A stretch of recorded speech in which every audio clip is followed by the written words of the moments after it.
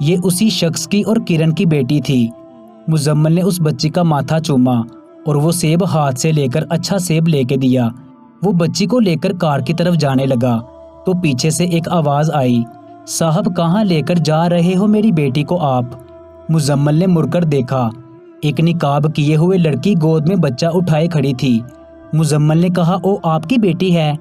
کرن نے کہا، ہاں میں ماں ہوں اس کی۔ مزمل نے مسکراتے ہوئے کہا، وہ یہ سیب مانگ رہی تھی نا اس لیے۔ مزمل نہ جانے کہاں کن سوچوں میں گم ہو گیا تھا۔ بات کرتے کرتے عورت اپنی بیٹی کو لے کر جانے لگی تو مزمل نے کہا، سنیے۔ کرن نے کہا، جی صاحب۔ مزمل نے کہا، آپ کا شوہر کیا کرتا ہے؟ کرن نے دھیمی آواز میں کہا، وہ 6 مہینے پہلے ایک ایکسیڈنٹ میں فوت ہو گئے۔ مزمل خاموش ہو گیا، بالکل خاموش۔ مزمل نے کہا، اور آپ یہاں؟ کرن نے کہا، صاحب بچوں کی روٹی کھلانے کے لیے بھیک مانگ رہی ہوں، یہ کہہ کر چلی گئی۔ مزمل کار میں گیا اور رونے لگا، یا اللہ مجھے معاف کر دے، میں نے ان بچوں کو اس لڑکی کو تباہ کر دیا، مجھے معاف کر دے میرے اللہ۔ وہ روتا ہوا چلا گیا۔ ساری رات روتا رہا بند کمرے میں۔ گھر میں شادی کی تیاری چل رہی تھی۔ مزمل ایک آگ میں جل رہا تھا، وہ راکھ ہو رہا تھا۔ مزمل دوسرے دن بھی وہاں گیا، وہ بچی اور کرن وہاں پہ تھے۔ مزمل پاس گیا اور کہنے لگا، مجھے آپ سے کچھ ضروری بات کرنی ہے۔ کرن نے کہا، جی صاحب بولیں۔ مزمل کا دل زور زور سے دھڑک رہا تھا۔ بچے مزمل کو دیکھ رہے تھے۔ مزمل نے کہا، آپ میری کار میں بیٹھ جائیں، وہاں بات کرتے ہیں۔ کرن نے کہا، صاحب میں غریب ہوں، وقت کی ماری ہوئی ہوں، لیکن عزت دار ہوں، جو آپ سوچ رہے میں ویسی نہیں ہوں۔ مزمل نے کہا، اللہ مجھے معاف کرے، مجھے آپ سے کچھ اور بات کرنی ہے۔ کرن نے کہا، یہی کر لو۔ مزمل نے کہا، اگر میں کہوں کہ آپ سے شادی کرنی ہے مجھے، تو کرن نے کہا، صاحب مجھے ہر روز ملتے ہیں یہ کہنے والے، سب کی نظر میرے جسم پہ ہوتی ہے۔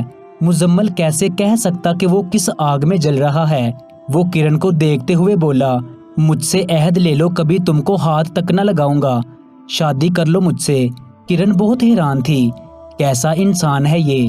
مزمل کرن کو 2 دن کا وقت دے کر چلا گیا، کہنے لگا، 2 دن ہیں آپ کے پاس، سوچ لیں، میں 2 دن بعد آؤں گا۔ ادھر گھر میں سب شادی کی تیاری میں مصروف تھے۔ 2 دن بعد شادی تھی، گھر میں رونقیں تھی، خوشیاں تھی۔ مزمل ابھی تک مدہوش تھا۔ 2 دن بعد مزمل وہاں گیا، لیکن کرن نہیں آئی تھی۔ مزمل بہت پریشان ہوا۔ اس نے لوگوں سے پوچھا، وہ جو یہاں بھیک مانگتی تھی، کسی کو پتا ہے وہ کہاں رہتی ہے؟ ایک بزرگ نے کہا، پتر اس بخت ماری کا کیوں پوچھ رہے ہو؟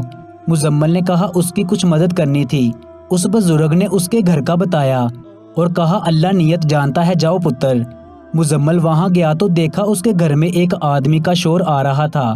مزمل گھر میں داخل ہوا تو دیکھا مکان مالک گالیاں دے رہا تھا، جب پیسے نہیں تو گھر خالی کرو، دفع ہو جاؤ یہاں سے۔ کرن نے مزمل کو دیکھا اور نظریں جھکا لیں۔ مزمل نے پہلی بار بنا نقاب کے کرن کو دیکھا تھا۔ کرن بلا کی خوبصورت تھی، مانو کہ جیسے کوئی حور ہو۔ مزمل نے اس مالک مکان کو گرے بان سے پکڑا اور کہنے لگا، کیا بات کرتے ہو عورت سے، دفع ہو جاؤ یہاں سے، کل کرایہ مل جائے گا تم کو۔ مالک مکان چلا گیا وہاں سے۔ کرن نے کہا، آپ گھر کیوں آئے ہیں؟ مزمل نے کہا، آپ کا جواب لینے آیا ہوں۔ کرن خاموش ہو گئی۔ مزمل نے کہا، بتائیں مجھے کریں گی نکاح مجھ سے؟ کرن کی نظریں جھکی ہوئی تھی۔ مزمل نے کہا، بولے نا۔ کرن نے کہا، میں سمجھ نہیں سکی، تم امیر ہو، خوبصورت ہو، جوان ہو، پھر کیوں میرا بوجھ اپنے گلے ڈال رہے ہو؟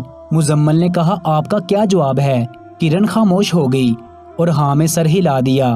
مزمل نے کرن کا ہاتھ پکڑا اور عدالت لے گیا، وہاں نکاح کیا اور کرن کو اپنی بیوی بنا لیا۔ وہاں گھر میں شادی کا دن تھا، آج مزمل کی مہندی تھی، سب بہت خوش تھے۔ مزمل رات کو جب سب مزمل کا انتظار کر رہے تھے تو مزمل کرن کا ہاتھ پکڑ کر گھر لے گیا اور کہنے لگا، امی بابا سب سن لے، یہ کرن ہے اور یہ بیوی ہے میری۔ باپ نے جب یہ الفاظ سنے تو غصے سے پھٹ پڑا، یہ کیا بکواس کر رہے ہو؟ مزمل نے کہا، ہاں بابا سچ ہے یہ۔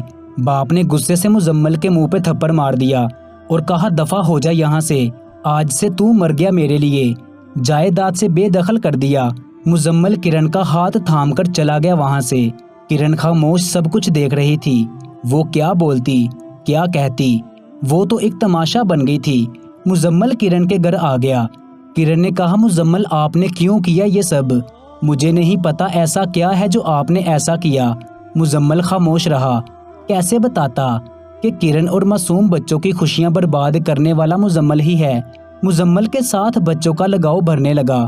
مزمل کرن کا خیال رکھتا، بہت پیار دیا کرن کو، ہر اچھے برے وقت میں ساتھ نبھایا۔ مزمل جائیداد سے بے دخل تھا، لیکن وہ پڑھا لکھا لڑکا تھا۔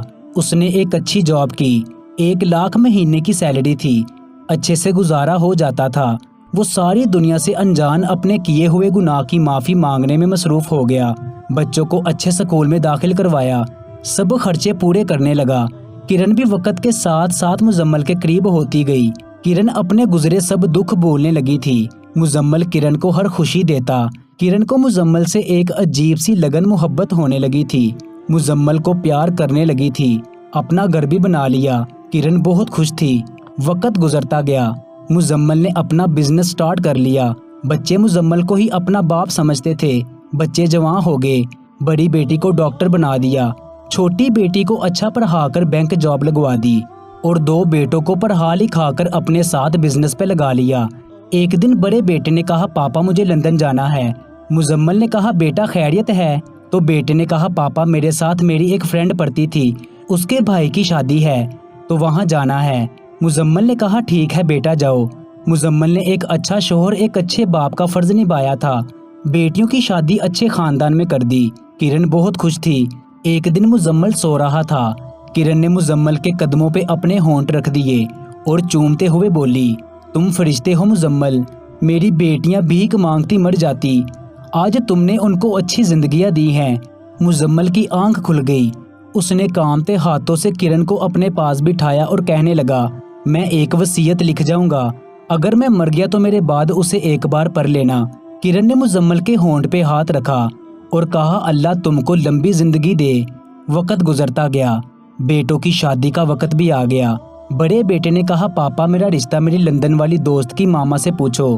کرن نے کہا جب بیٹا خوش ہے اس کے ساتھ تو کر لیتے ہیں بات۔ جب بیٹے کا رشتہ لے کر گئے تو مزمل کے پیروں تلے سے زمین نکل گئی۔ سامنے وہ کھڑی تھی جس سے 25 سال پہلے مزمل کی شادی ہونی تھی۔ مزمل خاموش ہو گیا، نظریں جھکا لی تھی۔ وقت کہاں سے گھما کر کہاں آ جاتا ہے۔